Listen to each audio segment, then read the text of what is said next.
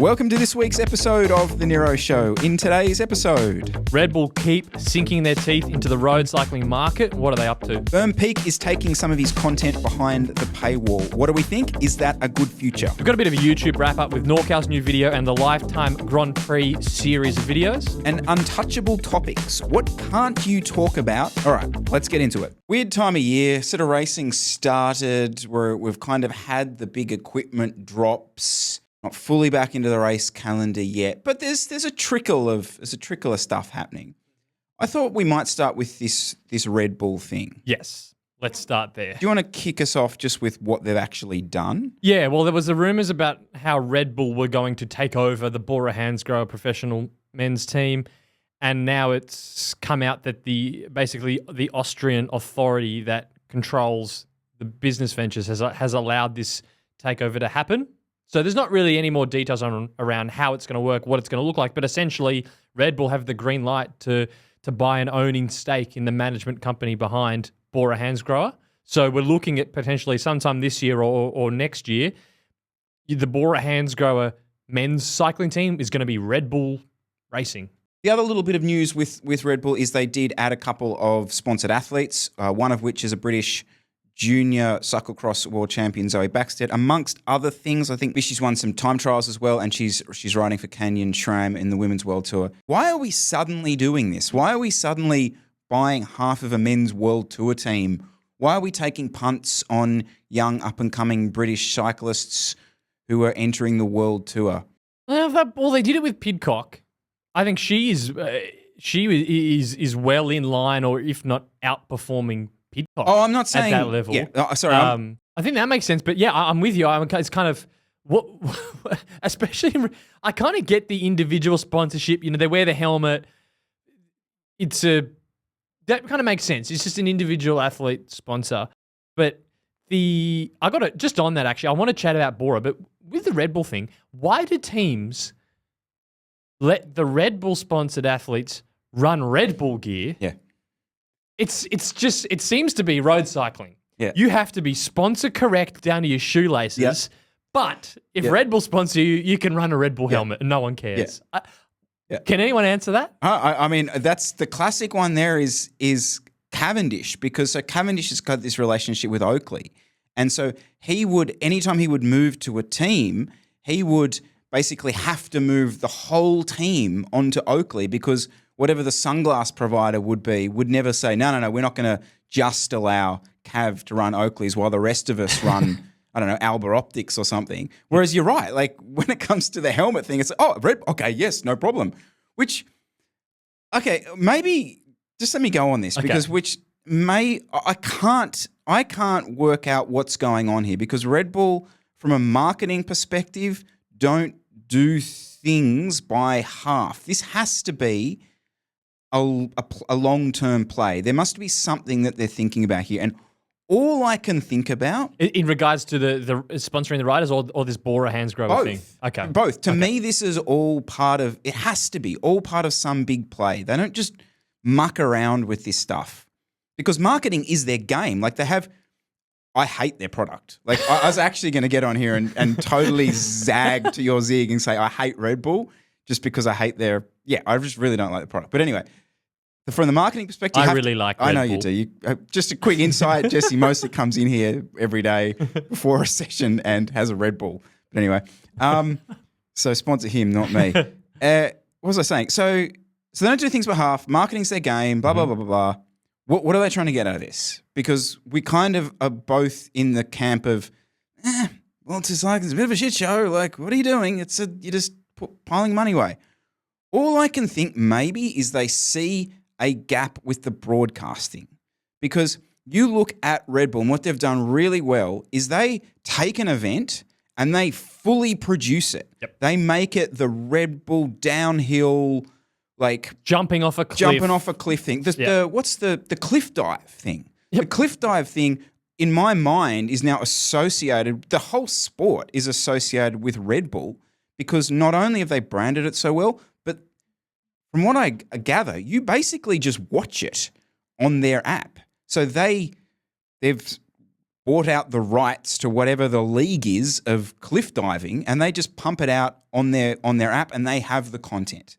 So what I'm trying to say here, maybe this is me thinking a little bit outside the box, is that okay? They see a gap in the market. They say, oh, you know what? This cycling stuff, the rights for this is really cheap in regards to all the other sort of professional sports that are out there. Golf, tennis, exactly, the big name mainstream ones. And just like Lanton was saying, look, every other sport has its own packaged app or its packaged channel on YouTube to pump this stuff out. We don't. Maybe they're going to come in and go, well, right, well, you guys are a total shit show. You've not got your act together. We'll come in, we'll slap our brand on it with our sugary drink, and away we go. And you watch cycling through the Red Bull app. Very interesting idea there.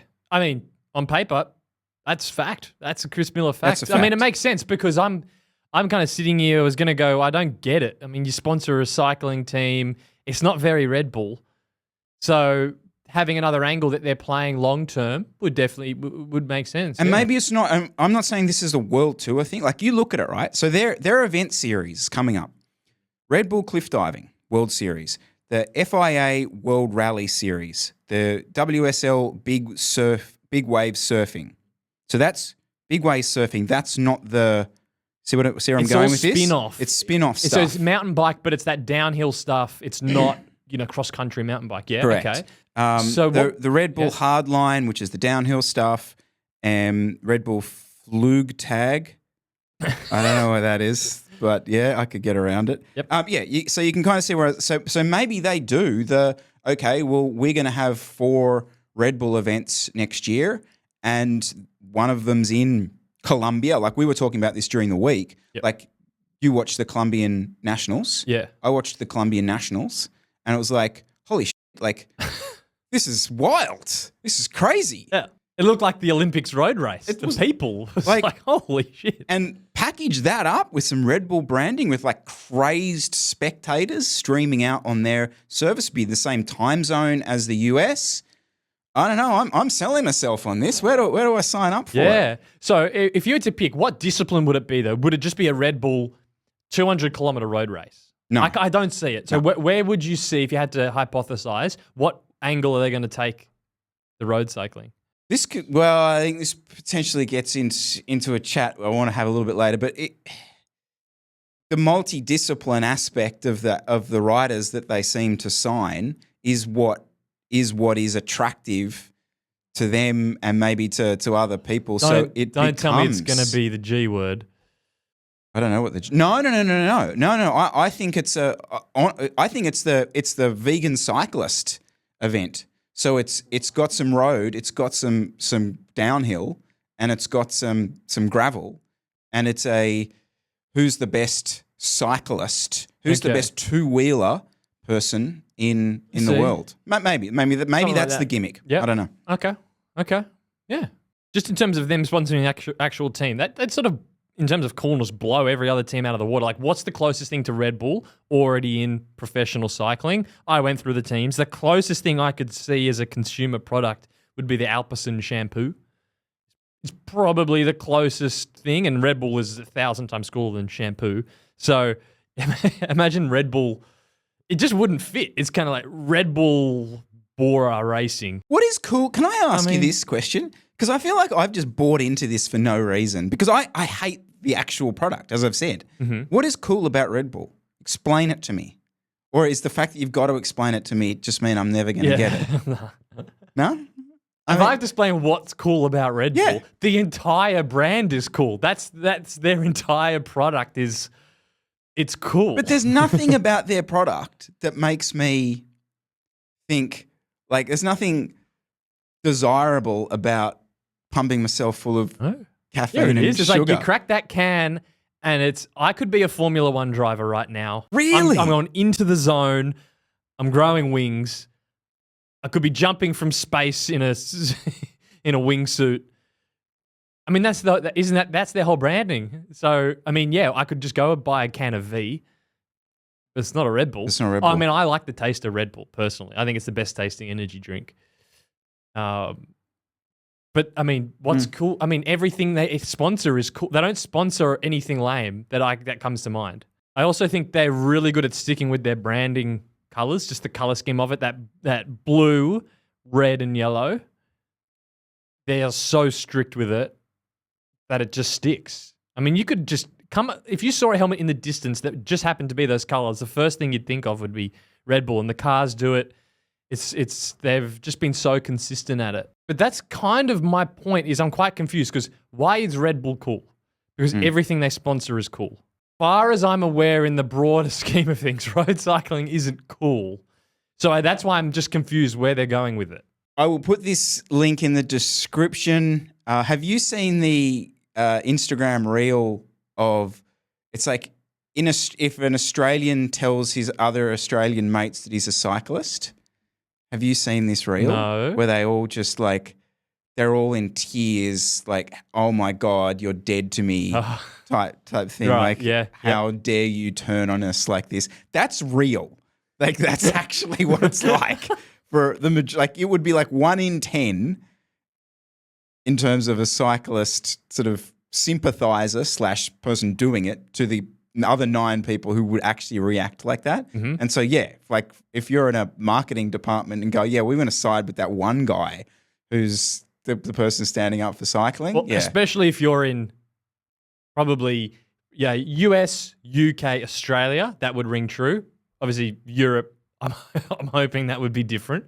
But you're 100% right. Like, you're dead on. This is literally what it is. The other thing I noticed this week is that the Lifetime Grand Prix released their docu-series, their version of Drive to Survive for last year's Lifetime Grand Prix series. I binge-watched all of it. On YouTube.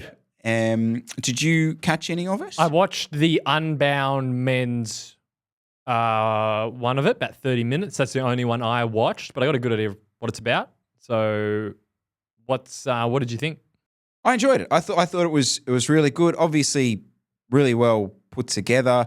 A couple of things on it from my perspective. I think what they did really well is they managed to grab the characters out of the whole thing, which drove the whole story. You actually started following the characters, the athletes, rather than necessarily the particular events themselves. I don't know if this is particularly unique to them, but for the big ones like Leadville, Unbound, they split the men's and the women's documentaries into completely separate things. And I don't know if you've noticed this, and I don't want to come across like as this the wrong way, but like the views are basically the same for both of them, which when you're starting from the beginning of a series and you're starting it with an equal platform like this, and people are able to grab the characters of both the men and the women from the very beginning, that's a game changer. Like that is it, because the whole problem, we'll go into some other day, but like the whole problem of building something after the other one is already big is the big one always overshadows the little one, whereas that's not the case here. It's kind of cool. Is that a Chris economics lesson? Well, yeah. The big fish eats the little fish. A couple of little interesting things I noticed, right? So just Keegan obviously dominates the whole thing, like in terms of like the on-bike performance.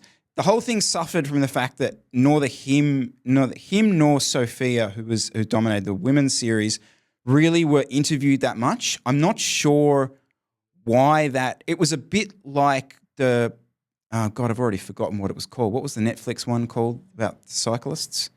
Unchained. That whole thing suffered because like Jonas wasn't really a big player in the whole thing. And that this definitely happened here. Like he was bits and pieces in it, but it was a lot of others talking about him, which was kind of a bit of a bummer. And I did notice when it came to talking about him, especially as like the series went on, that a lot of the guys was saying, he's a good trainer, like heaping compliments on him, but there was this underlying thing of, well, he doesn't do anything else outside training or racing, so he's able to put all his energy into it, and that's why he's so good. And I don't know if I'm reading too much into it, but I felt like the inference was, hey, we're all trying to build this thing together. You're the best. You need to be doing more to promote the sport like they all are. Absolute sour grapes. I might be putting okay. Well, if you maybe if that's the vibe you got from it, then that's the vibe you got from it. Yeah, it wouldn't surprise me because there's guys on there saying, "Oh, my kids, it's hard coming to the race because my kids and this and all the other." It was more than that. Like there were guys saying, like, I do podcasts, I do a video series, I do a movie thing, and it's like a lot of it's around this series, and that's good for the series. I mean, I side a bit. I side a bit with them. Like, really? Yeah, 100%. Like imagine if he was producing, or even just had a GoPro on, or like something like that.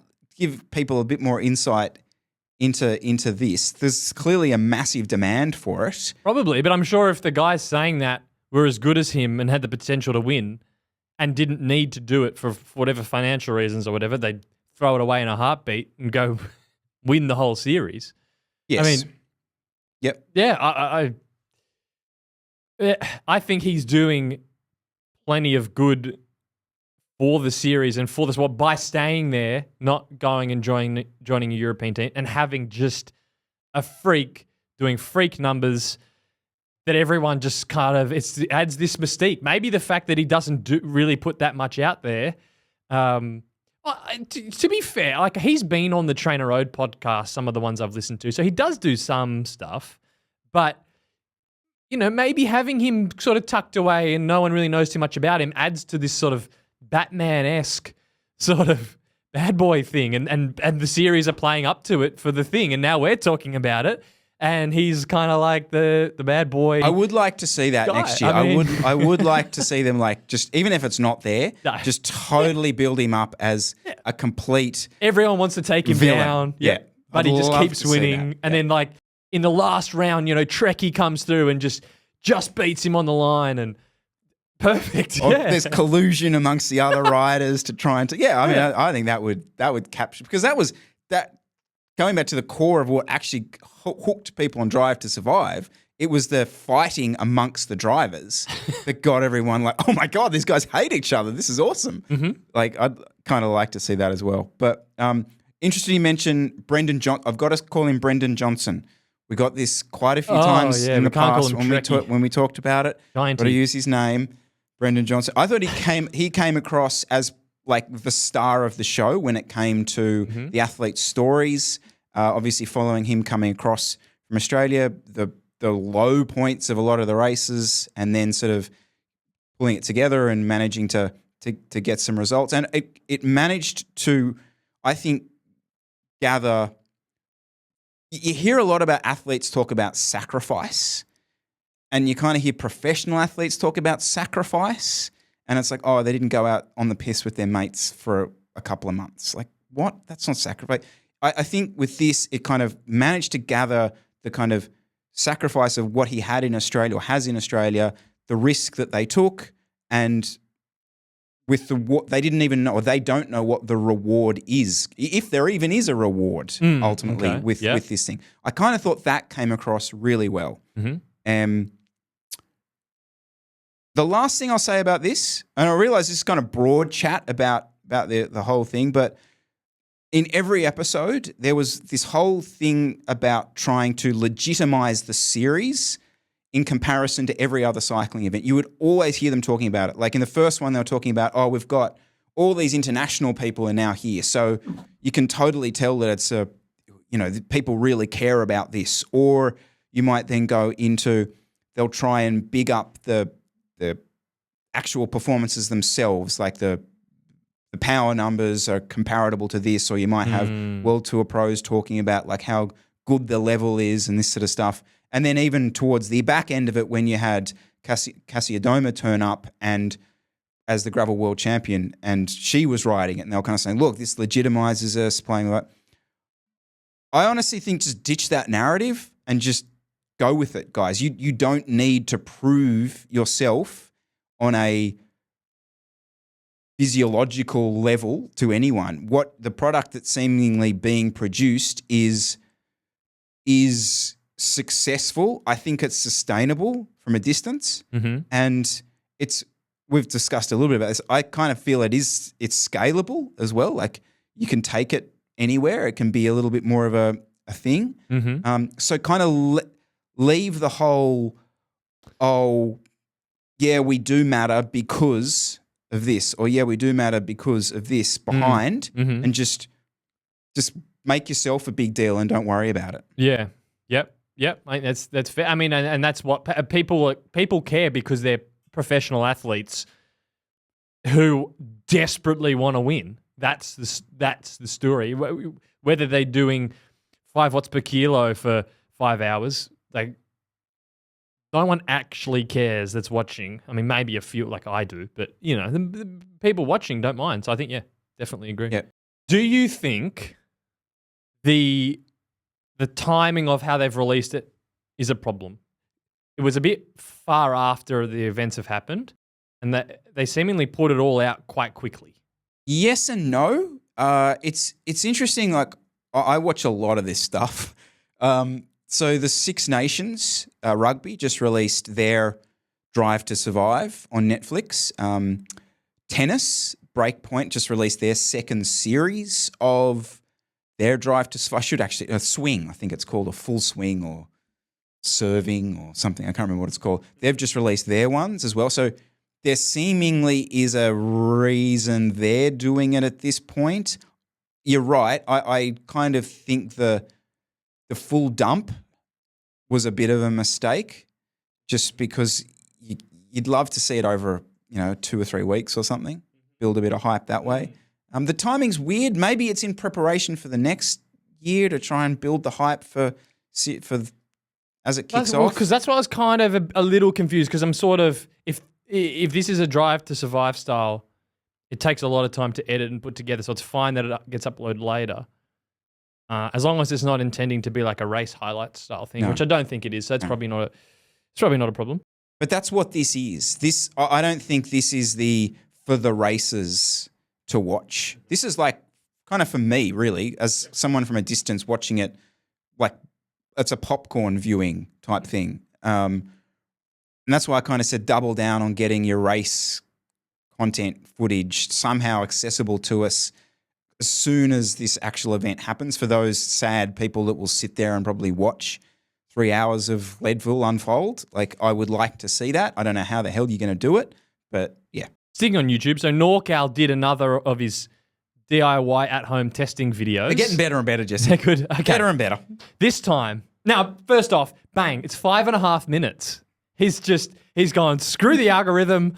That's it. I'm just giving you in 5 minutes. That's it. So fair play. He hasn't gone the 8 minutes or 20 minutes or an hour like us dribbling on. He's just basically shown us the results. So what he's done is he's tested 42 centimeter wide handlebars against 37 centimeter wide handlebars. In a reaction to you criticising him late last year, I might point out. Oh, okay, hold on. Okay, what was this in reference to? Because then you sent in a message. I'm bringing this up for a reason, because you sent in a message on your high horse like, oh, I loved watching that video, Jeff. You know, the narrow bars weren't faster.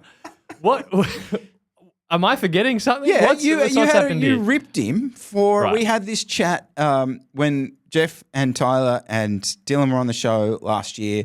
We had a chat about, I don't know how it ended up, but we ended up talking about bar width, and we went around what we was using, and he said he was using 42s, and you laughed at him.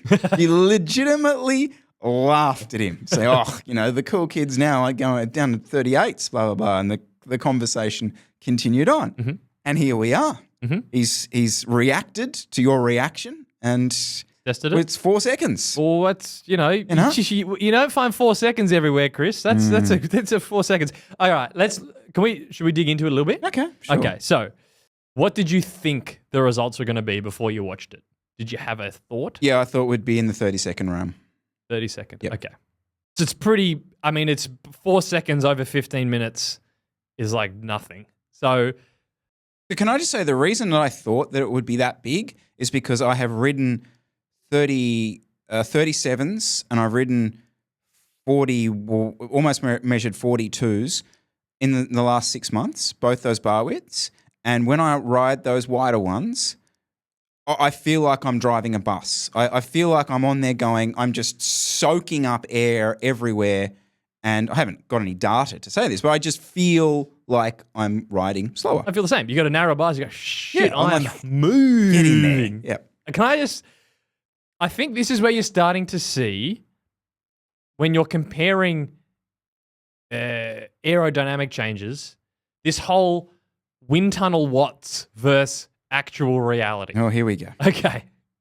Settle Because I got a in. couple of examples. Strap yourself in. Firstly, he's running at 22 miles an hour. So it's like under 35K an hour. He did a similar test about a year ago comparing kits, comparing jerseys versus skin suits. So he had a Rafa jersey and bibs and then rode in the Rule 28 skin suit.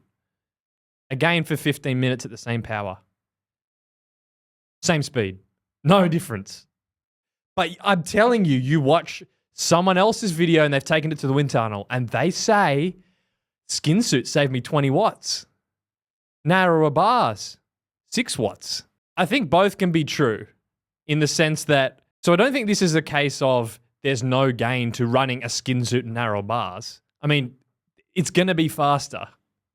This is more a reality of actually when you're going between 30 and 35 kilometers an hour or 20 and 22 miles an hour, your aero drag actually isn't that much. So running narrower bars or a skin suit or buying a different bike, yeah, you put it in a wind tunnel and there's no of Chris's favorite turbulent air.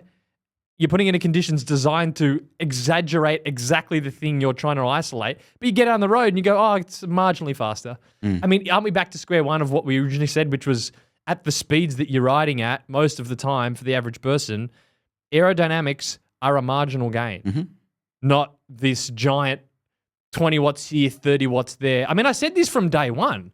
Oh, it's 20 watts faster. Have you ever ridden with a power meter? It's not 20 watts faster.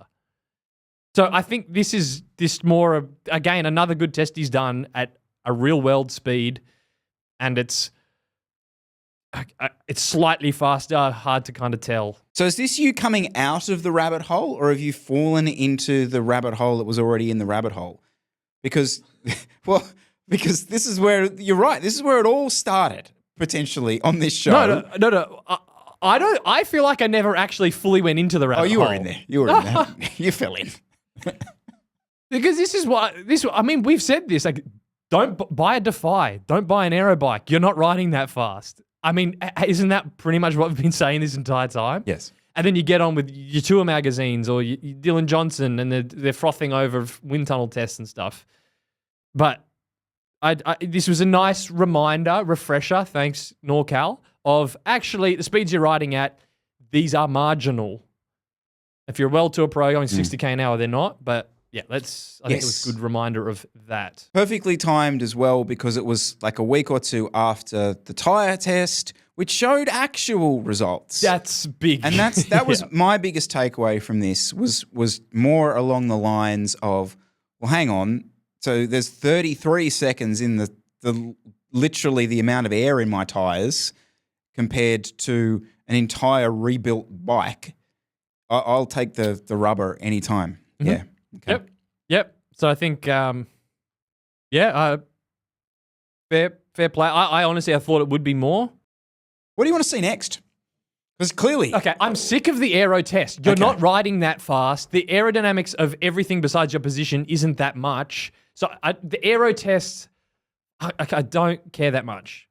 What else could he test? Get into the supplements. Get in there. Get on. That's what I want to see. And it's just so hard to control though. Yeah. But get on, do a ghetto bicarb test. Do do that sort of thing. Really high dose caffeine, beta-alanine, I reckon that's what I'd like to see. That's probably the next thing Couldn't for give a him. shit. No? No. Not interested? No. What would you like to see? I'd like to see the soloist versus the R5 versus the S5 on that track. So comments on that video, someone says do shorter cranks. Couldn't give a shit. I don't know. Lubed versus waxed chains.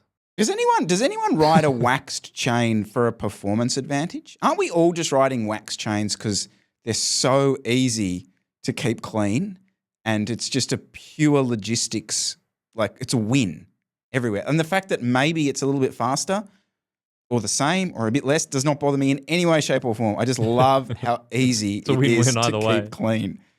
All right, you know what I'd see? I want to see? Mm-hmm. Segway coming. Pedal systems.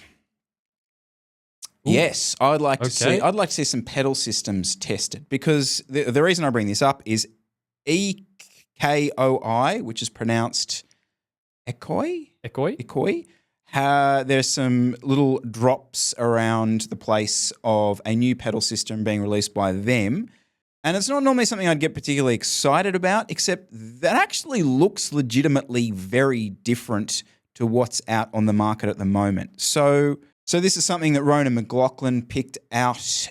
It's a new prototype pedal system called the PW8, P standing for pedal, Jesse, W standing for watts, and 8 standing for an 8mm axle, which, okay, sounds particularly uninteresting, but if you actually look at the images of it, it's like almost like a skeleton of an actual pedal, very, very minimal. And the cleat, there's no proper images of this cleat at the moment. You can see the guys standing there in their shoes, and it honestly looks like they're running mountain bike cleats that are like, oh yeah, yeah, not incensed, recessed. That are recessed into their shoes. So I don't know. I mean, that actually does look like it would take quite a big chunk from underneath your foot and potentially be of interest. Claiming 8 watts here. That doesn't actually surprise me. Like if you look at the shoe there, you talk about how much they go on about boas and things slowing you down by bits and pieces. And maybe that's 8 watts being 4 times 4 watts, 4 times 2 would be the other thing. 8 watts of aero savings. Okay.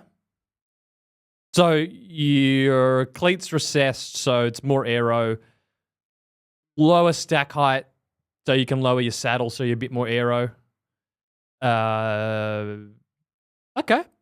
Sure. I mean, we've been on the same freaking pedals for God knows how long. Yeah, let's go. I'm in. It does sort of feel like that's the next component. You know what I mean? Like we've had bars, stems, yep, cranks. We've kind of helmets, saddles. We all got cutouts. We've all done that. Yeah. What's been left alone for ages? The pedal. The poor old pedal. It's been hiding. It's waiting. It's waiting for the. I'm interested. Get one out to Jeff. Test it. Let me know. Is Jeff this the new go-to? Yep. Get it out there. None of this wind tunnel. None of this. No. Just get it to Jeff. Get him out there. Jeff's circuit in his backyard. Yep. I do want to talk about Bianchi at some point, though, because people did send me on the pictures of that. They finally realised, or they've listened to us, and they painted up the new Bianchis in a really nice Celeste colorway, and I got sent that by almost everyone. That's the Pantani colorway. Yeah. Yeah. And they sent that on to me, and I must admit, I did see that and go, oh yeah, I could totally get around that. That's kind of what I was saying. Is you got an ugly frame, or you. Berm Peak. Who's Seth did a video this week. There's a kind of whole thing on YouTube at the moment about like it is, isn't it? People quitting YouTube. Oh my God. Like, let's feel sorry for people with 2 million subscribers. Yeah, like that's a thing that people are burning out. Blah blah blah. And he did, as usual, a very articulately well presented video about his own content, his own channel. Because he's kind of in that. He's at that level. Like he's like almost. I think he's second behind GCN. Yep. He'd be the biggest mountain bike content creator in the world. So yeah, that's him basically saying he's not quitting YouTube. However, he is. I'm not going to laugh, but he's creating a blog. basically. A throwback. A throwback. Okay. It's a Substack, which is, essentially a place where he'll put up his YouTube videos a couple of weeks early. There'll be some written content on there, written reviews, travel type stuff. But it will be behind a paywall. So it'll be a members only, subscription-based thing. Okay. Now, Yeah. well, you've also joined a subscription paywall service, haven't you? Can we talk about that? Mm-hmm. Can we go into that? What have you signed up for? So I signed up for Escape Collective Okay. 2 weeks ago. Okay. Free trial. Okay. Free trial. Mhm. How long does the trial go for? 1 week. Oh, so you've paid for a week. YouTube? Yes. Okay. So what was that? Is there something going on there? I'm just doing the maths in my head. Oh, right. I was actually thinking, like, if I'm going to quit I was this. like, have they given you a free week No, and you're like God. trying to pretend? I can tell you one. I can tell you one company that's not giving Like, Chris what's Miller going on here? a free anything. It was a 1 week trial and you're 2 weeks in, so you've paid for a week. No, that was Chris doing the maths in his head. right. I think. Yeah. Anyway. Okay. We've talked about them in the past. We're not going to go back over crap like that. So let's just move on. So you've paid for a subscription on it. Has it going? Are you getting what you've paid for? That's the like. I don't know, Jesse. Okay. Like I don't know what. And this is what. I didn't even know how to talk about this because ultimately the reason I signed up for this in the first place was I really value Ronan McLaughlin's content that he does. Yep. Some of the articles. A lot of the content we end up talking about can sometimes be something that he's written, or it can be something that we disagree with, which I think was the case with the time trial one. The time trial one last year. Mm-hmm. But anyway, it's normally good stuff to talk about, and so I'm happy to follow that. Yes. Am I getting value for paying for Ronan's articles? Probably. I mean, I don't know. Okay. So here's my problem, right? So Berm Peak sort of goes, all right, we're struggling to get enough income. We're going to do a paywalled service. You get your videos 2 weeks early and you get a blog. Escape Collective, simple thing. We don't want to have ads, so we're going to do a paywalled service. And my problem with the whole thing is that on a case-by-case basis, sounds good. What, $5 a week and you get access to all the articles and your podcast and it's all good and that's awesome. Berm Peak, I get access to the Substack and I can see the videos early and it's a community and that's awesome.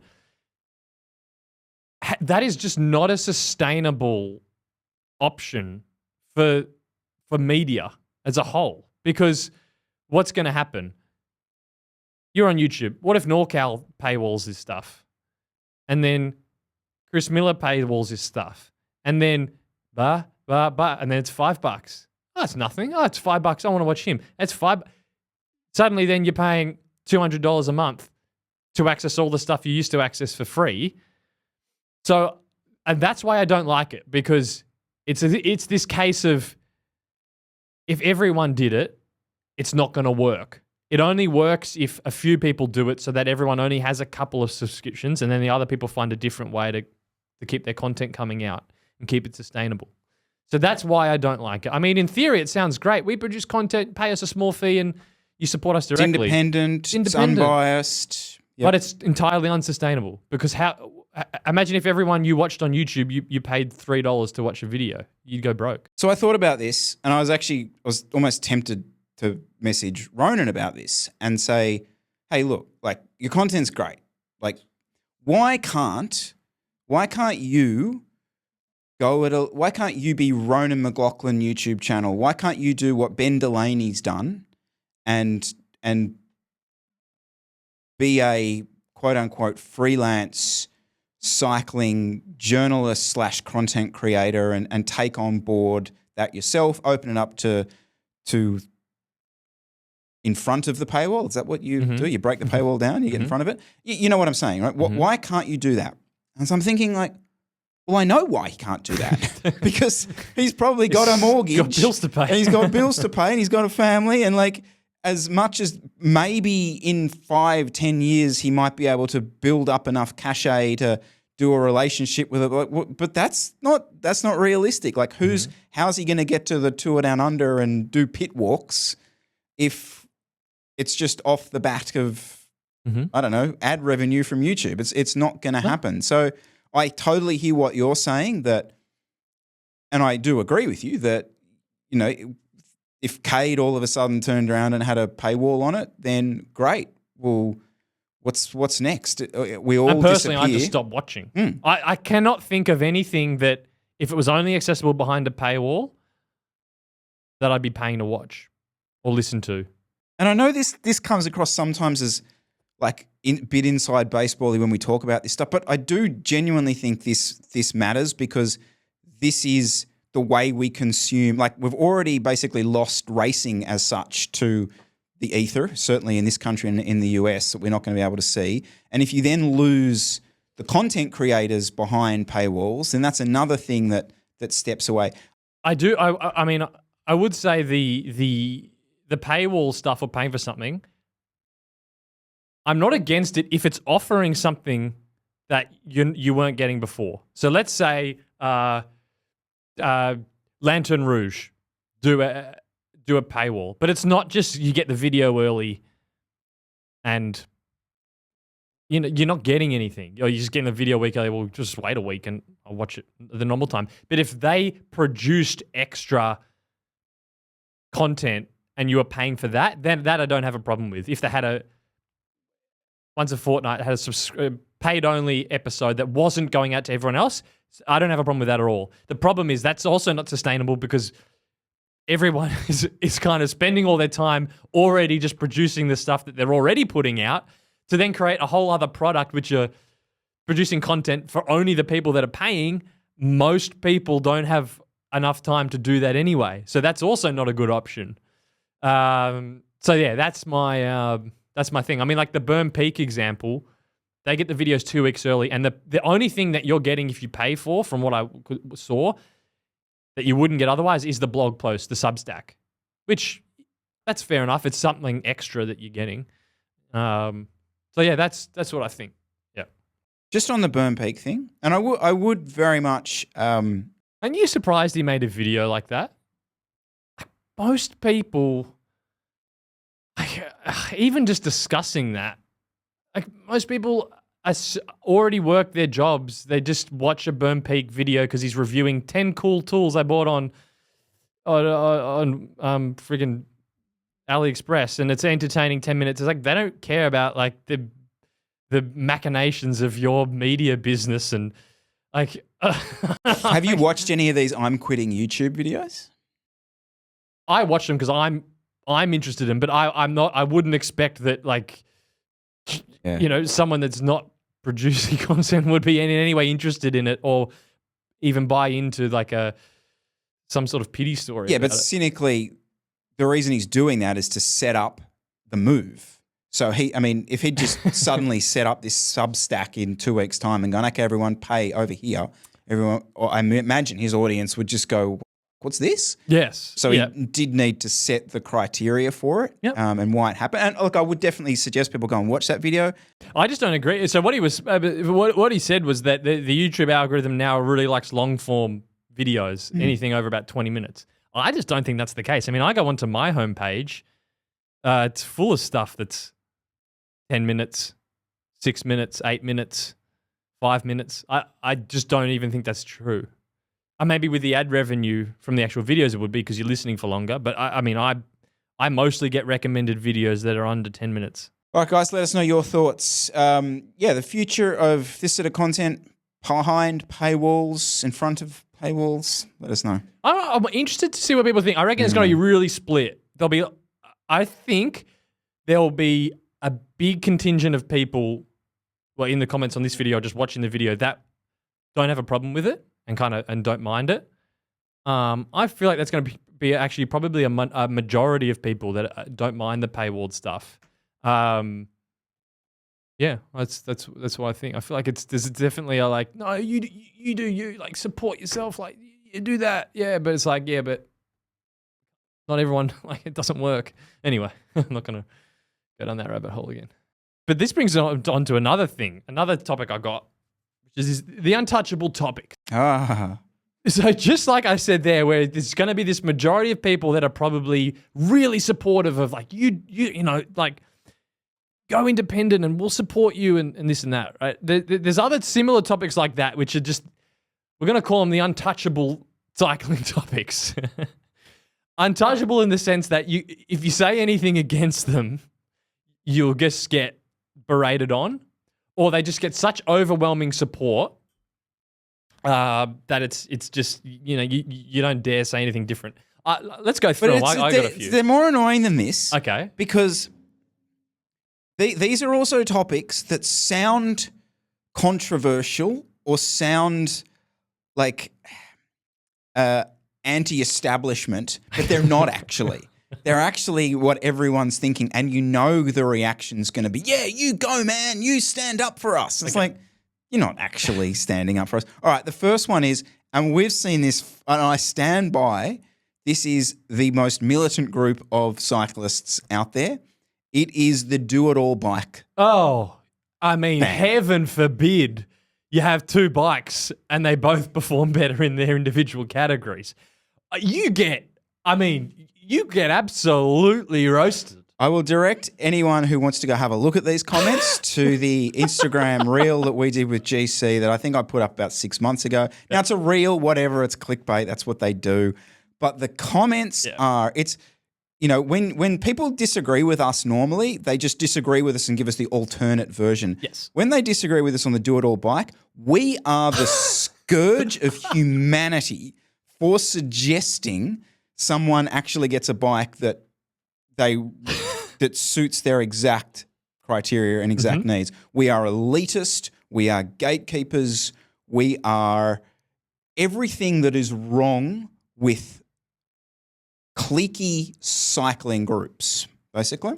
So the flip side, so there's always a flip side of these. So the flip side of this is if you want to make a video that people are just going to go, yes, come on, is just make a video saying the one bike that does it all, the Quiver Killer.